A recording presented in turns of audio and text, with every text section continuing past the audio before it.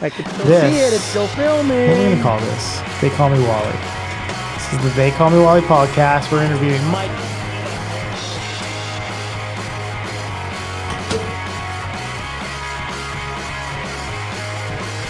You see the new Ameribraid we got, bud? Finally. Hi, baby.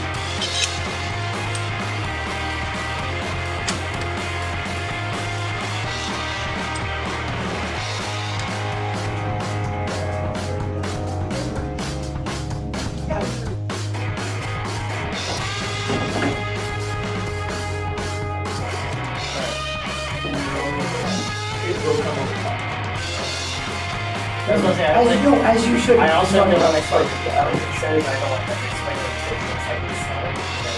what No, why that explains what I agree. It never aired, or at least I didn't think it aired. Elliot. you guys are rolling. Thanks, bro. I did the things, so you know. I mean, it doesn't really matter. Yeah, cool.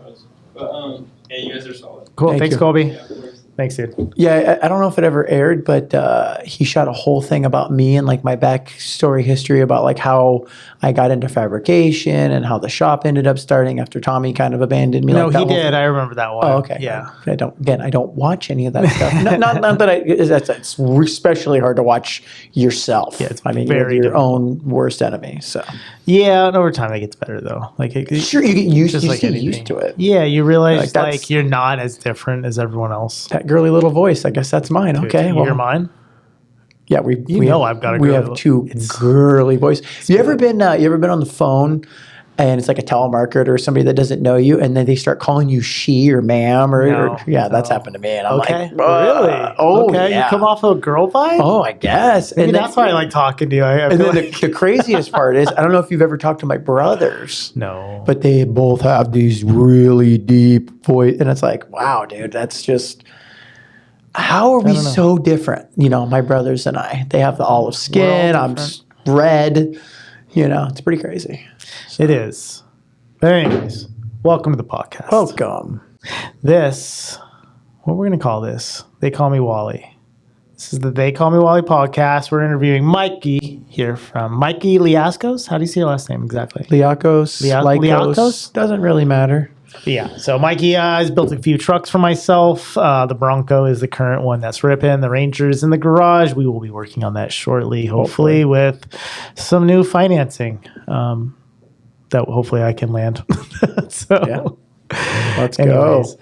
Yeah, so we're coming here today to start this first podcast as a pilot to just kind of get it going. Sounds great. What drives you, Mikey? As a new guy in the space, you're relatively new in the shop space. You're somebody Let's see, I started the shop officially in 18 or 19, I think. I'm not really sure. And yes, I've only been doing it for like 7, 8 19 years. would be 7 years because I've been in my house for 8 years and I bought in 18. So And you know, obviously fabricating before all that doesn't matter. But what drives me? Well, that's easy. That's drives you. Like, what got you to building trucks in the first place? Passion. For what though? For building Anything. stuff. No, not anything. I'm very particular about, I don't know why or where that came from. I'm very particular about what I want to build and what I want to do. I don't really know. I don't really have an answer for that. Well, there's part got of to it. okay. So I've looked into this a lot for myself, and I'm trying to figure out like how I landed, like where. And it's so weird when you kind of stand there. Like every decision I've ever made in my entire life, It's got you right here, right now. right? Isn't it weird? Fucking here. So weird. So weird. Like sitting in this room from every discussion Steven, I've ever had. I've made lots of mistakes. I just want to point that out. You know I have. But I'm saying like I try to deep dive these days of like core foundation of like how did this land? And like I've always loved anything with a motor and I don't know why. And I don't know where it first stemmed from, but I knew that everyone else that had a thing with a motor, I needed to drive it. Like if somebody had one, I was like, I need to figure out how to get on that thing that they have and drive it. Which, for my background, makes complete sense. I'm in the same boat. My family grew up going to the sand dunes, and we would go to the lake in the summer times. But for you, I don't understand that at all. Because, Everyone else was doing it but me. yeah, and you're like, I want to do this, but nobody around me is doing it. Yeah. So where you started, obviously grew up. Big background. I mean, I think the first time we went to Dumont Dunes, I was, I don't even think I was a month old. So you're California based, obviously. Like I think I know all this stuff for everyone else. You're California based. You're in Simi the whole time. Simi Valley, my entire life. Whole life, whole Born and family. raised. Is your family from here before this? My mom moved here. Actually, let me start that over. My mom was born and raised here in Simi Valley in the early '60s, which was a very, very small town. The freeway didn't go through all that stuff, so the only way to get there was to drive a little mountain road. Oh, really? And then my dad bought. What's that road now? It's just got to be there. It's San Susana Pass. I'm sure you've driven it before. I've done it one time. Yeah, Yes, to get one over time. to It's like miserable. Topanga. Yeah, it can be. It's very tight. Yeah. And then my dad bought his house in the early '70s. I'm not exactly sure what date. But he wasn't from here, though. Was he? No, he was actually born in Buffalo, New York, upstate New York. Okay. And then before he can even remember, they relocated into the San Fernando Valley. So kind of all over the place, Sun Valley and other areas. They kind of bounced around. My dad's parents. And then at some point, he bought his house here in Simi in the early to mid '70s, and my grandparents followed him. They loved it so much that they also sold their house in the valley and moved to Simi Valley as well. I think I've seen a lot of parents do that, follow their kids like metros and stuff. Yeah. I've seen a lot more parents go like, well, we'll just go where the kids go. And I guess it makes sense. Like, it's like you had them their whole life. It's like, why not go keep hanging out with them? And they're having kids. Don't you want to be a part of all that? Well, I get it. I get it, man. I hope to be a little more mobile in my future. Like, I just want to be able less to be stuck in your ways. I know. I want to be. My dad is real bad because I think my sister, she moved to nowhere, West Texas, hoping my parents would follow them, and my dad is just so stubborn. He just is like, I'm not going anywhere. Your dad's got a nice house. Yeah, nice house. I've never been inside. I'm sure it's nice. It's beautiful. Yeah. But yeah, so he was part of the movie industry though. Yes. So you yes, he guys had was. a lot of free time. That's what I remember from you telling before. Yes. Where you guys had he had a month off in the winter. My Stuff like that. 100%. So if you're familiar with the motion picture industry, they take obviously there's exceptions to everything, but they usually take a 2-month vacation. It's usually 2-3 weeks before Christmas, and then nothing can really get going because obviously they're switching into the new year, so they're working on their finances or whatever for the year. So stuff doesn't really start getting shot till very end of January at the earliest. And again, there's exceptions if you're a small commercial and you need to shoot something early January, you can. Yeah, but he was probably at his level at some point where he could choose his commercials differently. That's a very niche market in the sense of once you start working for a Key or a Best Boy or whoever can kind of get you on the job, every time that phone rings and that person's on the line, you kind of have to work that job because if you can't, they'll find someone that can and they won't call you no more. Yep.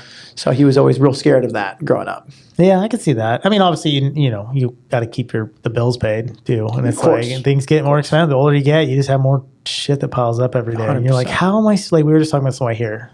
How am I spending so much money to just be a single father in Southern California? It is an astronomical number. I drive old busted junk, and the amount of money that goes out of my bank account, you think I'd be driving something real nice. Yeah, my newest car is the Focus. It's a 2014, and I am into it $1,400 with taxes paid. Big spender. That is my newest car. I have nicer things, obviously, but that is the Chevy's a 2010. That's the second one. I know. The BMW was in 08. That was pretty new. It's the newest thing I own. I know. No, that's not true. My 450 is newer, but you know, it's just weird. We're not living this weird luxury life. I don't care.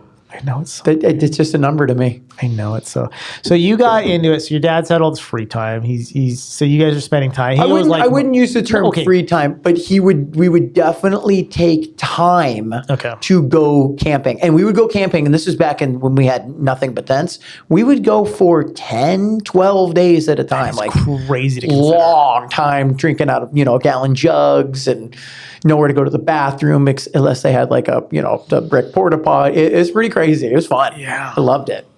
Dude, I don't we just did it so differently growing up. I could imagine.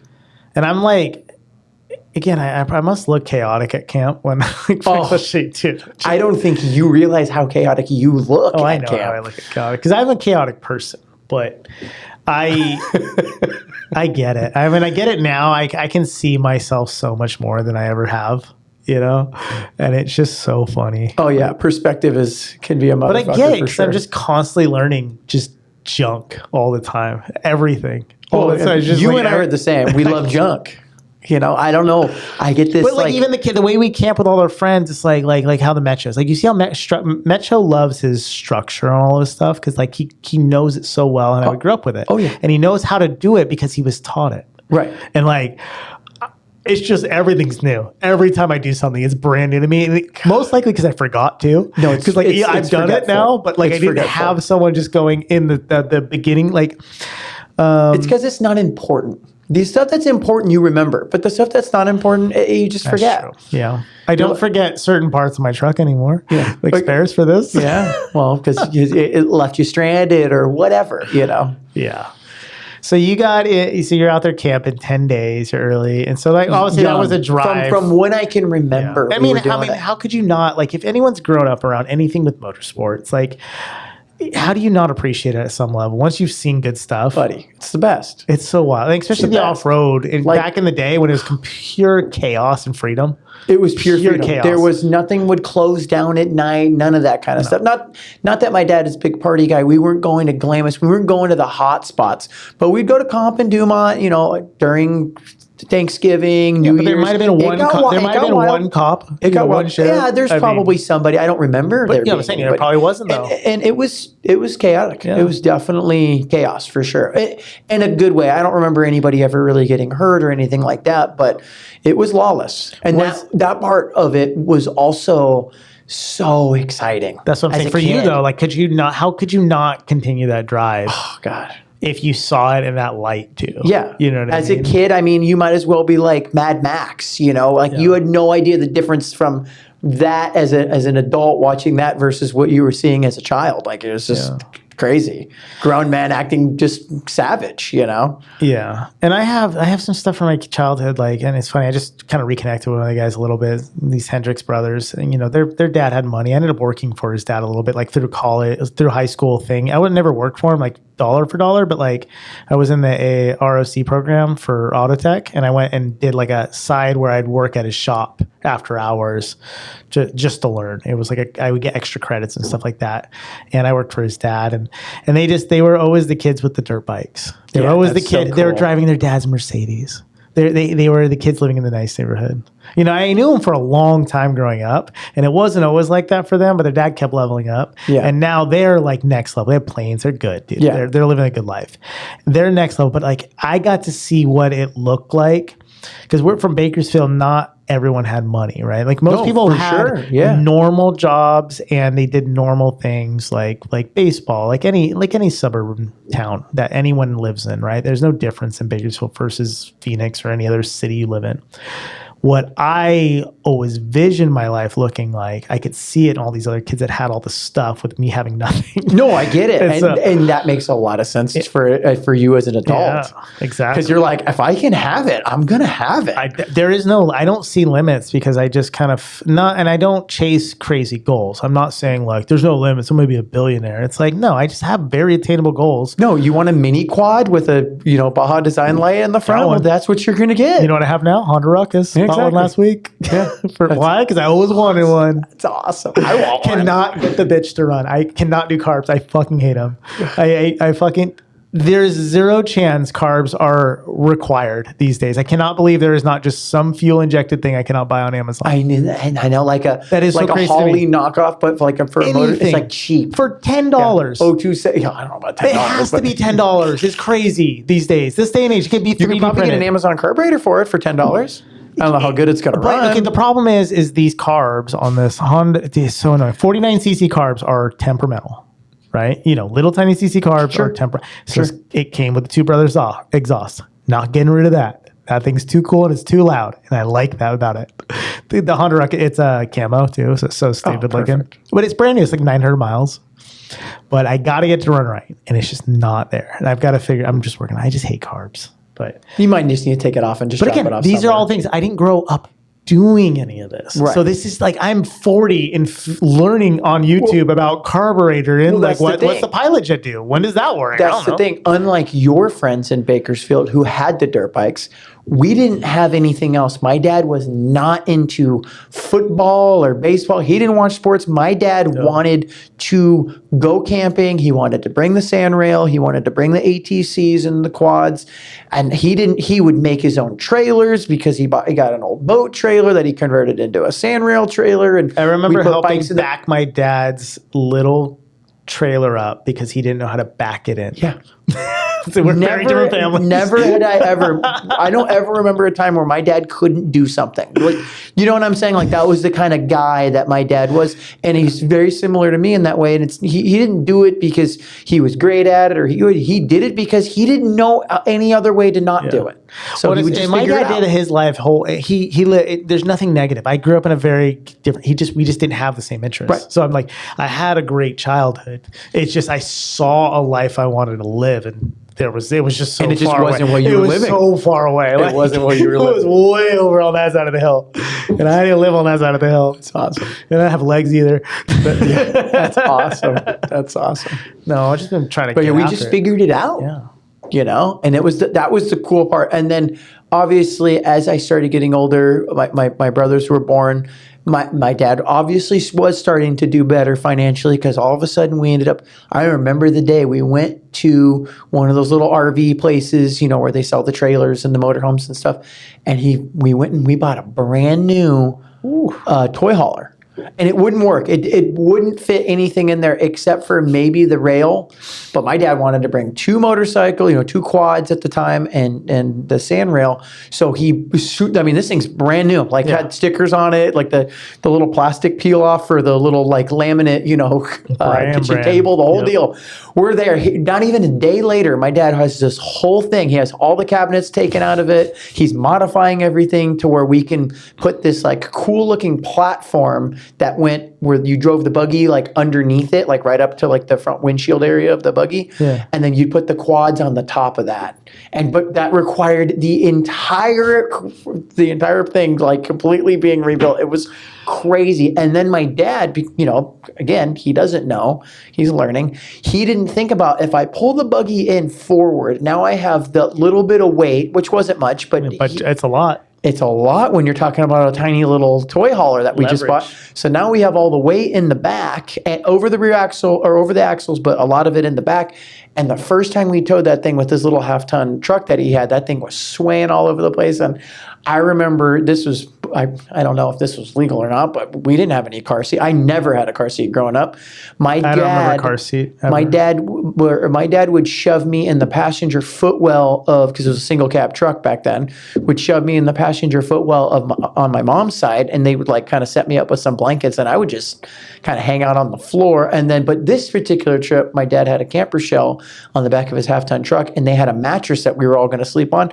They folded the mattress up and they put a third bike in the back, like up against the tailgate. So I was in this little like cocoon of a mattress, like up against the front part of the bed with the camper shell with both of the windows open so I can like talk to them. And I remember the trailer's swaying all over the place. You're in the camper, back of the truck. I'm not in a seatbelt or anything because, like that wasn't even normal back then. And I just remember my parents were just yelling at each other because they're probably scared. Just like it's just stress, a high stress situation.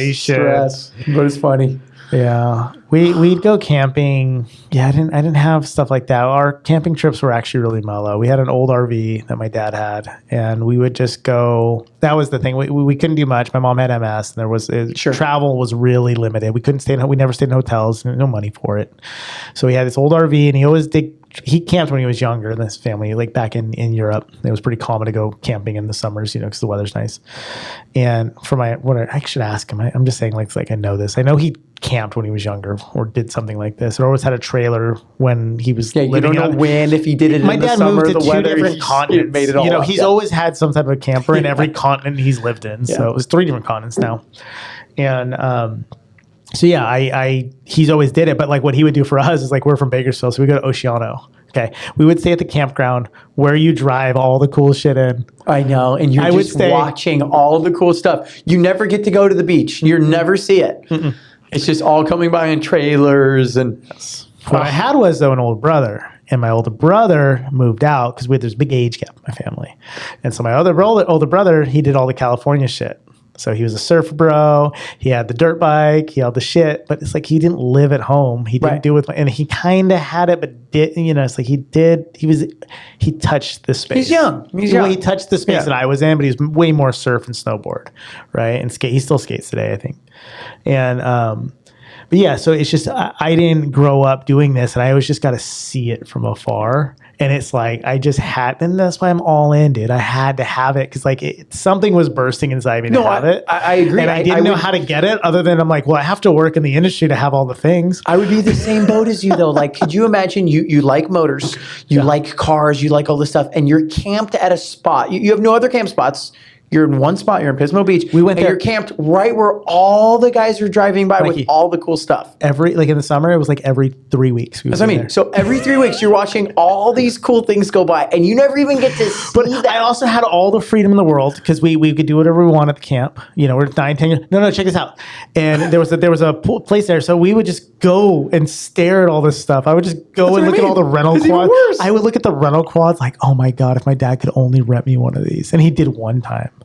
We rented a quad, and he ended up riding it too because he had somebody. He rented a 90 and ended up playing on it for a while too. And I was like mad. I'm like, it's my turn. I know. You're like, I've always wanted this. And it's like, and I love it for him. But like, hey, I'm sure he always wanted it too. You think about that stuff now as you're your own dad. No, it's just not him. No, he just wasn't into it. No interest. But he said he liked it. For that minute. For that minute, it was fun to see something he had never done before. But it wasn't. There's nothing in him to do it. You know. Again, no negativity in any of it. It's just I got to see so close. So I figured I had to just go all in to get to be part of it. The way and luckily my brother he worked for Burton Snowboards, and I got a tiny glimpse through him every once in a while of what being in the industry, whatever industry you want to be in, looks like.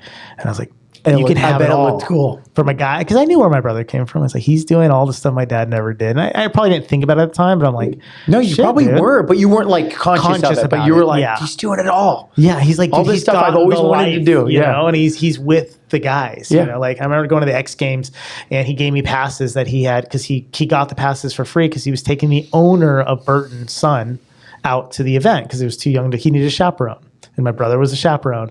And so he gave me these tickets, and I didn't know how good they were. I didn't know what they were. He gave me some passes for my neck. Some dude opens a gate and goes, oh, you guys can come in this way. I'm like, well, what are these? You know, friends and family passes. Okay. I was on the top of the half pipe during the X Games BMX. That's awesome. And I was standing next to Lil Jon. I'm like, what happened? And I'm like, that stuff happens in the space. Sure. And I was like, man, I gotta, but I didn't love snowboarding the same.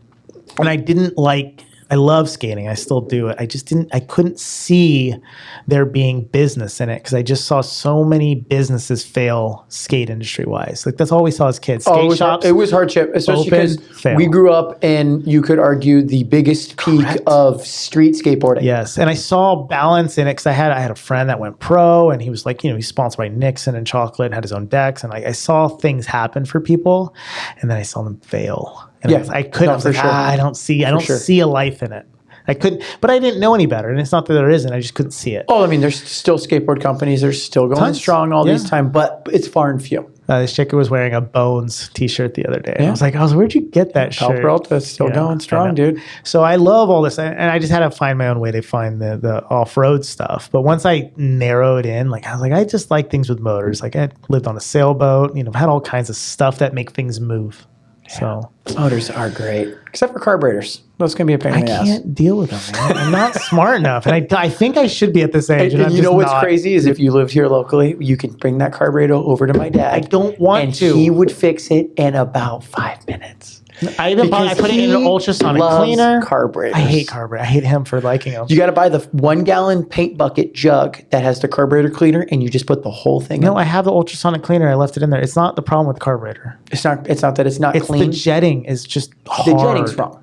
It's just hard. Get some jet drills from Amazon. No, I have all the jets. I bought 8 different jets for it. But you I can can't find the combination. You can also get the drill bits from Amazon, just so you know, and then you can just work your way up until it starts running how you want it to. But Obviously, no, it's a combination of the two jets. Other way. It's the combination of the two jets, though. That these little tiny motors are so temperamental. They're so temperamental. Yes, that's the hardest part, and that's what I'm saying. Like you put the exhaust on it, whoa, can of worms. So like normally these work, so there might be something else I'm having. What issues elevation are you at too? Only 1,000 feet. Yeah, it's not high enough to have any issues. Whatever, I'll find it out. And I just got the jets. I tried Sunday. So I got all the new jets Sunday. So I really tried a lot of combinations on Sunday.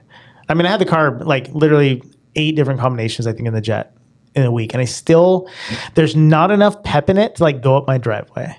But on the range, you can get it to do 45 on the road. It'll do 40. It'll rip. You should watch some YouTube videos on how to set up carburetors for automobiles, like where you start and how you get there with the vacuum gauge and everything.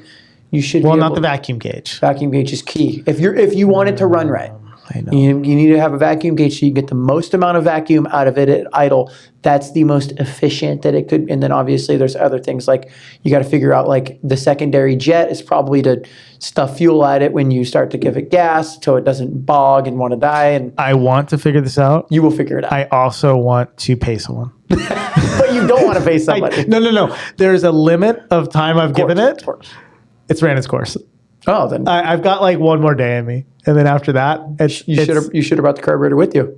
Could have dropped it off at my dad's house before we left. I need the whole bike here, so I'll just bring the bike here with me. Yeah, that's true. Let's do that. Yeah, bring it, and then we can go ride around together. I know. I'm excited. Well, I bought the whole bike for a big camping. I wanted to go on a summer camping trip with my daughter and have a little bike, and I don't want an electric bike. You can buy one of those. Yeah, I've always wanted a Ruckus, and I'm like, dude, this thing's rad, and it's super clean, and I want it on the back of my camper, so I can go to like registered. Yeah, I paid $800 because I bought it for $700 because of the registration fees. And I'm like, well, I'm into it, $1,500. Has 900 miles. I have a DMV guy. It doesn't matter. No. But I'm just saying, he could have got it reduced. No, the penalties. That you can't. They're like you can't. You can always try. Okay, well, he always tells me to just hit him up. Sometimes you can. You know what you can't do though? You can't check at the DMV or on the DMV's website and then go to him. He goes, I can't do anything. You've already just like reactivated the VIN number. Yeah, don't do that. He taught me that because I went and I hit him up and he's like, somebody tried to do something with this recently. I was like, yeah, I just wanted to see how much the fees were. He's like, can't do it. Can't do that. Oh, he has to like hide it before it even touches. It has to. I don't know what they do, but it can't be in the system, and it was actively in the system. And this one hadn't been in the system since like 2009. I mean, it had never really been in the system. Okay. It had been in the system once. They had a plate on it and they had fake tags on it. But it was just like, there was a statute, it was 3 years, but it's fine because they were doing the same thing too. So somebody had done it. Yeah, it's done. Again, I'm in $1,500. I've got a cool little toy, but it's all these things. I can't get away from buying stupid shit. Like they did not need to buy a Honda Ruckus last week. But I can't get away from motors.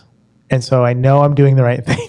I mean, Steven, let's get back to the fact that I just inherited a 2008 BMW from you. Yeah, I know. I didn't need the BMW. It's a nice car. But I want the BMW now that I own the BMW. I know. You got to have more things with motors. And I want more stuff like the BMW. Like, I went down like a Facebook Marketplace like wormhole the other day because I'm like, I love the 4-door, full-size sedan. I don't love this particular 4-door full-size sedan, not because it's not could be a nice vehicle, but this one just isn't. It's not a very nice vehicle. It hasn't been taken care of.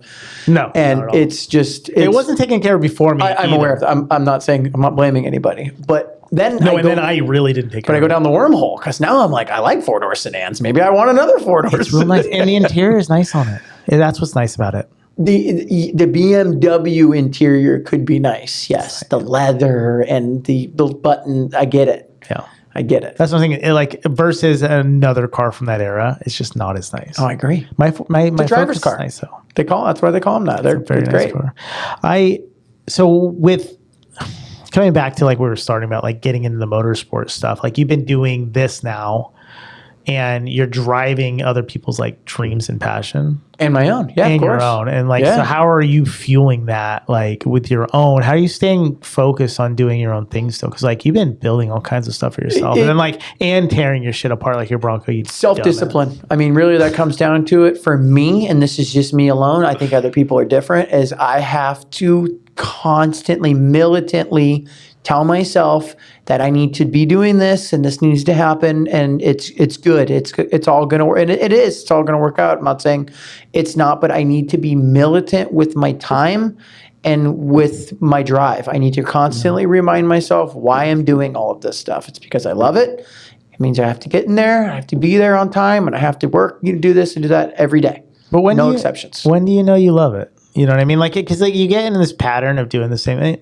I've gone through eras currently where I feel like everything's a 5-year period. You're into this thing 7-8 years now. Obviously, this is a career at this point. You say you love it, which you do. I do very much so. But how do you remind yourself that you? I mean, that's such a weird thing to. Yeah, I don't mean it like. I'm not sitting there like staring myself in the mirror going, you love this. How do you remind yourself? But I tell myself I need to lead by example because I have other guys that work for me now. So I need to be to work on time, even though I have to go drop the kids off in the morning, get them ready to do all the normal stuff that the normal dads have to do and stuff. But are you talking to like how are you talking to yourself about that? Like in your head? Like are you talking like are you talking to Jesse when you're let me me because I talk in my head a lot. But I've been in my head my entire life. I don't know what it's like not to talk to myself in my head. I'm in a weird spot where I speak. I was trying to explain this to someone else. I speak to a lot of people often in 5-minute periods. So I might see somebody. I might have met somebody for 5 minutes for 12 years in a row. No, that's crazy. And then I might have a phone call with them every 4 months for 10 minutes. Now, they know me very well. I didn't change anything, and they came to me for something. I didn't come to them for anything, and they came to me the whole time. And so there was never me taking action to approach somebody. And so it's this weird thing where like I have all these conversations, and I say things. Like I speak organically to everybody about my life. Sure. I'm an open book. Too many people to hide it. You know what I mean? And I can't. How are you going to remember? I don't want to. And on top of that, but in saying is like I say the things over and over again. I'm like, did I say that out loud to somebody? It's like because I'm working through these things loudly because I need it for myself. But I don't like. There's a confidant. I have one that I speak with my buddy Dallas that like I speak to pretty much everything about because we're so opposites. We see the life just so differently, and we never even see each other. That's the best. It almost even works out better because it's just a confidant. It's like it's having a therapeutic thing. So I guess I was getting at with you is like, how are you talking to yourself and about this? It's to myself. Talk to myself a lot. It's to myself. It's definitely I don't know that's the best thing. Internally. Well, I mean, who else is going to talk to you like this? Well, why get it out?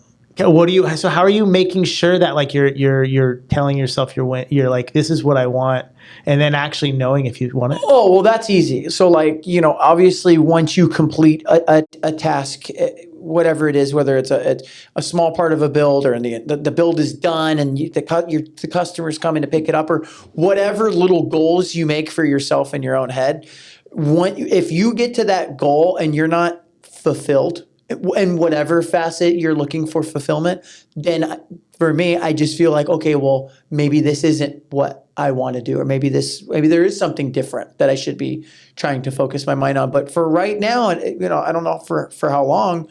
Right now, I make these little goals in my head. Like when I get to this, this part, I should kind of feel this certain sort of way or whatever. And I've always, so far, at least in this aspect, I feel pretty good about what we're doing. Like I feel confident. I get the fulfillment that I'm looking for, if not more.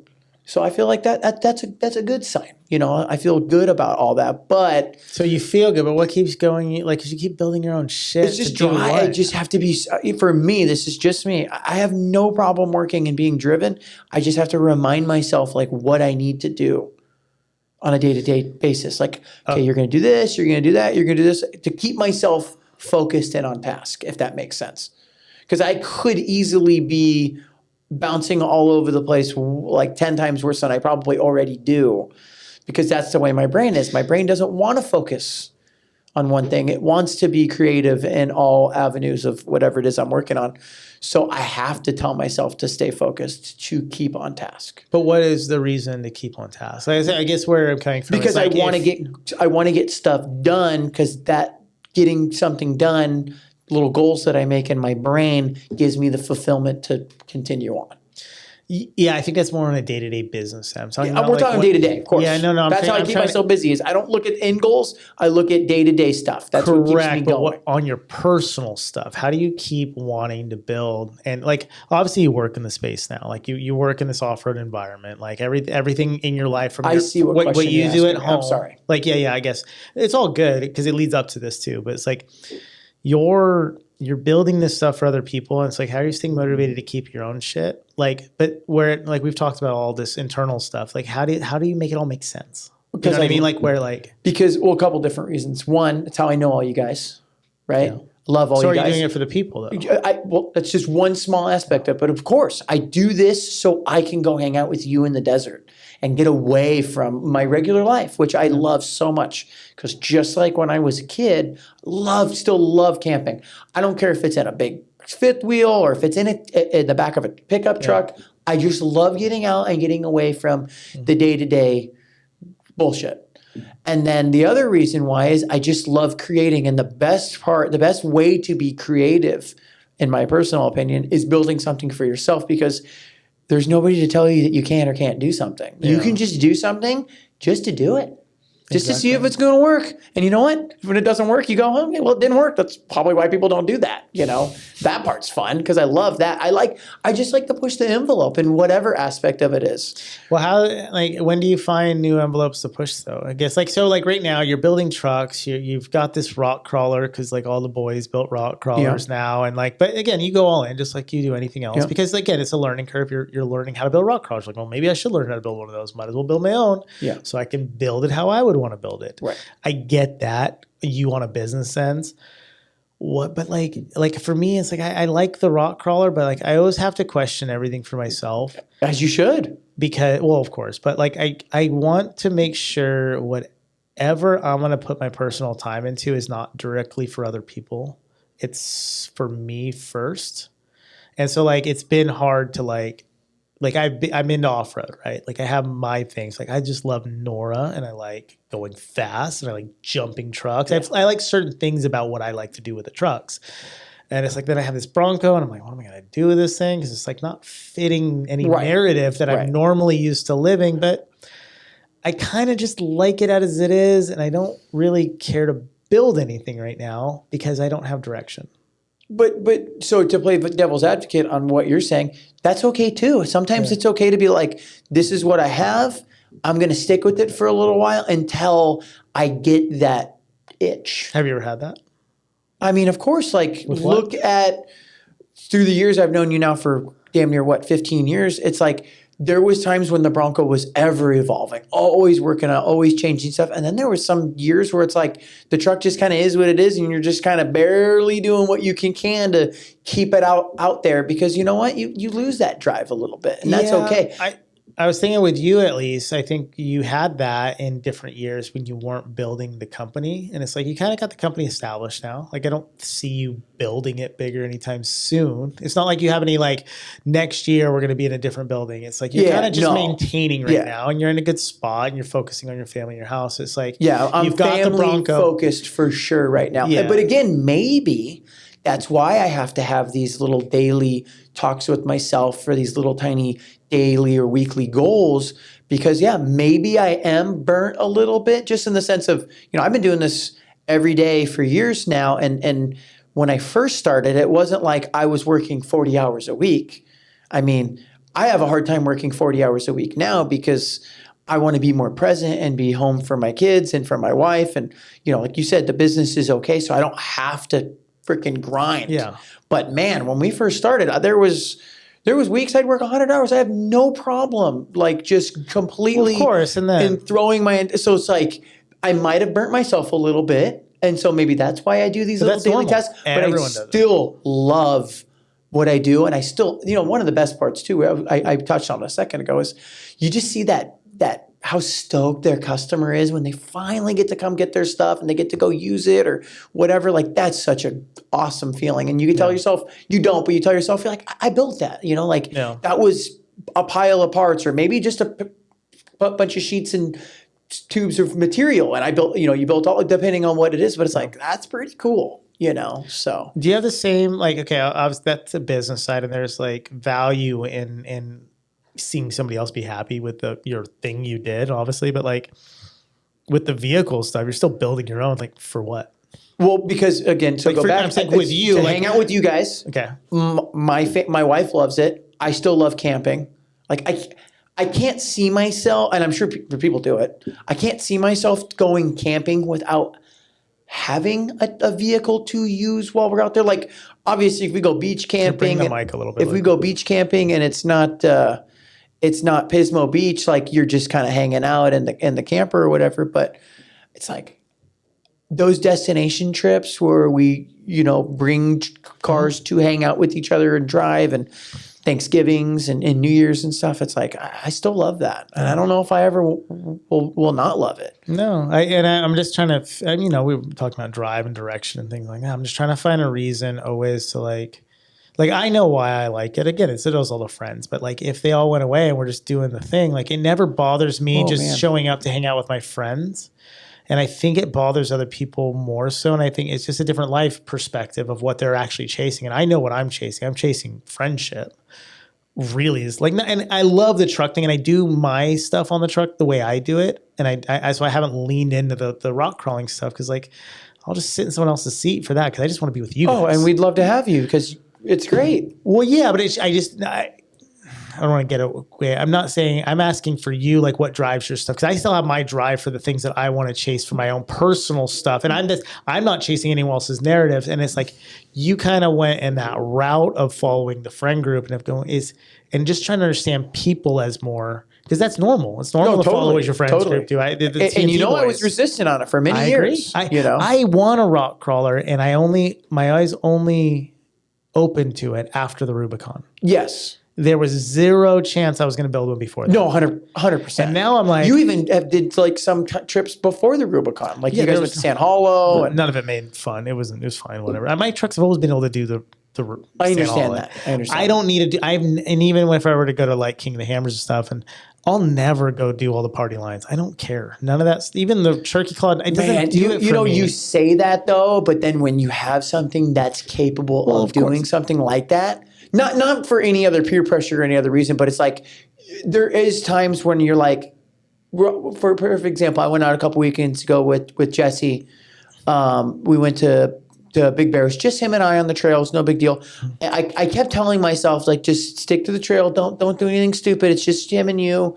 You're not doing it for anybody else. And guess what? You still end up doing all the hard lines because but it took this trip to realize, like, I'm not doing it for anybody else. I'm doing it to challenge myself. So to get back to the answer to your question, I thinking about it more, I think I built the rock crawler because I was looking for a new challenge. Yeah. In both aspects, in the fabrication side of it to build it, and the driving part of it, because it's completely different than what we do. Right? Yeah. And I haven't found the drive to do it without you guys. That makes sense? Because I don't want to do anything. I wouldn't go without you guys. People. I know. Isn't that weird? I don't know. But I will go off-roading all day by myself. Oh, no, I won't. I will go pre-running and do whatever. I'm totally fine with it. I'll just stay at home and hang out with my family. Let me know when you want to go. That's okay. That's just where my brain is. Well, that's where you're at currently. But I don't just go out and drive my truck just to do it. But I also don't limit myself to like, I wouldn't go, like, if all my friends were like, okay, we're doing drifting right now. I'm like, well, I'm not going to go drift without you guys. But I would build a drift car because I think that would be fun. And again, your life has to match those things. And again, it's good to lean into like, oh, my friends are doing it and I can do it too. So why not? Like, that's fun. I haven't found it to be enough enjoyment for me to donate that much of effort into it. I completely understand that. The Rubicon showed me different though. But you don't need 40s for the Rubicon. No, I was kind of hoping you were going to keep your old 6-liter Power Stroke and we were just going to like build that into some little basic rock Some guy crawler. talks me out of it because I just needed more parts. I'd rather buy a 2014 that's rolled and like or a newer truck that has. I couldn't agree more. No, that's what I'm just saying. 05 and up. Knowing you and not wanting to get rid of stuff. This is before you started. Traded the tractor. This is before you started purging stuff. I just assumed you would have just kept it and built it into something. I had no reason to sell it. I wasn't going to. It's too much work. That's what gave you the car. I know. I understand that. I know. Oh, it's so bad. But again, it's part of the. I like being I like remembering that I'm not that special, and like I just do the same thing over and over again.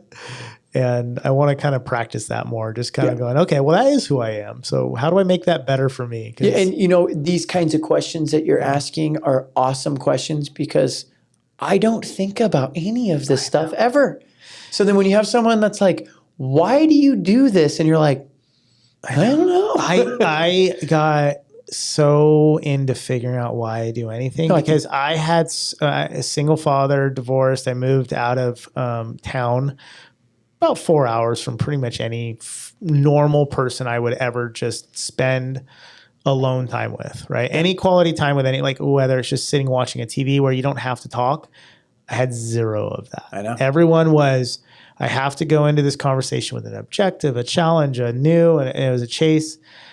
And I just didn't have people. So I had to start internalizing, like, well, what do you do when there's, and I was so busy in my life. But all of a sudden, there was a Saturday and a Sunday where no one called me and I had no reason to leave the house. All day, nothing to do, no reason to do anything. And then you go, what am I going to do with my time? And like, I can do all the old things I did, but that ends me exactly where I was and I wasn't happy. Right. So I get that. I can't continue to stay busy. I get that. Busy's easy because that's convenient. I get that because let's just say for some reason this weekend comes and my family and wife just like disappear. I can't get hold of them. They're gone. They're going to be back. Sunday night they'll be home, but they're just gone mysteriously. Everybody else that I know is gone mysteriously. And they're like, don't worry. Everybody will be back on Sunday night. Like you have nothing to worry about. Just live your life. Yeah, I don't know what that would be like. Hey, Mikey, they're fumigating the shop. You can't go there either. That's what I'm saying. I wouldn't. No. But I wouldn't go to the shop right now. Today, put gun to my head. Would you go to the shop this weekend? If I probably wouldn't, because I've been working a lot. Good. And I probably wouldn't. So you have zero anybody. But and also no one to call. What I would do. No one to call. So I mean, I don't know what I would do. It's weird, and I had too many in a row. And again, a lot of drinking at the time fills a lot of quick voids. Because again, you have those. It's whatever. It's just one weekend. Well, then there's another one. And it's like, I didn't know how to, eating alone's one thing, watching a movie, those aren't things for you. That's just filling time. Sure. What was I going to, that's why I ask these questions, like how am I going to continue doing the motorsport stuff? Because I know I love it.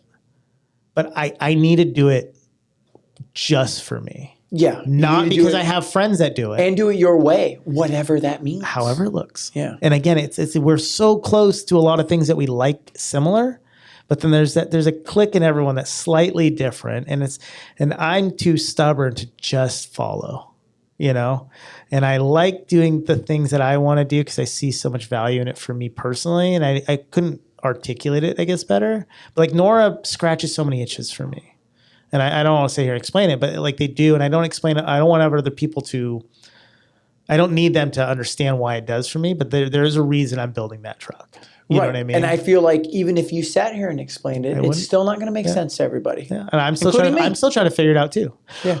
At the same time, like I know that like I can't do that for somebody else. I can't put that much effort into something for just friends to like stop doing it. You know what I mean? I can't rely on people enough this is my thing. And I know it. I just really want to understand it more, I guess. Yeah. But to play devil's advocate, I feel like you're an amazing human being who has a lot to offer everybody around you. So there's never going to be a moment where everybody's going to mysteriously be gone for you. No, they were months, dude. Trust me. But you just got to reach out. It's not, you don't want to. That's the thing. It's like you get it, and I'm not saying this in a sad space. It's just I wanted to be good enough for me to be me for me, all me. Sure. And that's really what this podcast really ends up being about: is how did you find your way?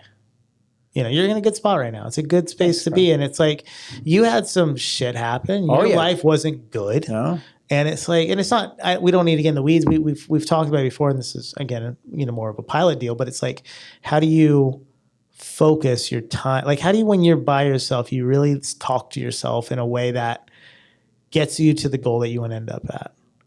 And I think the first thing to do is to identify the goal. And it's so freaking hard to do because you're so busy every day. Yeah. Well, I don't have to think about it. It's very similar to what we were talking about before the cameras were on. It's like the work part of my life is the easiest part. I have no problem working. Me too. 100 hours a week. That's why for the rest of the day I die. That's easy. How do I feel? What emotions am I feeling? Or, what are my true passions? All those things. Those are the hard questions to answer. And I really don't want to get in the weeds on deep stuff. It's just kind of navigating these, because I ask myself these questions now because I'm alone. Right. And I don't, because I am too busy to think about it. I was so busy and I dove so much into work for another company and I just all in, right? And again, every chance I can, I am at an event. Everyone in the company knows it. I'm the events guy. I show up. I'm lonely. Like quite literally. It's a weird thing to say it out loud, but I don't mind saying, yeah, I'm lonely. So I do it because those are my people. So I go to them. I go to the events. That's how I got the job in the industry. I went there and found it. I found my people. That's how I found you guys. I found it. I know. You must have seeked us out. I did. And I'm still doing it to this day. But it's funny because I also did the exact same thing. We had to. But it's good. It's good for us to figure that out. All right. We're going to go on and wrap this thing up. We got to get going. It's the end of the day. They're cleaning up. Thank you guys so much for watching. Mikey, thank you so much for doing this with me. Hopefully we'll do some more of these soon. And this thing will be a real deal soon. Yes, sir. Thanks, bud. Let's go.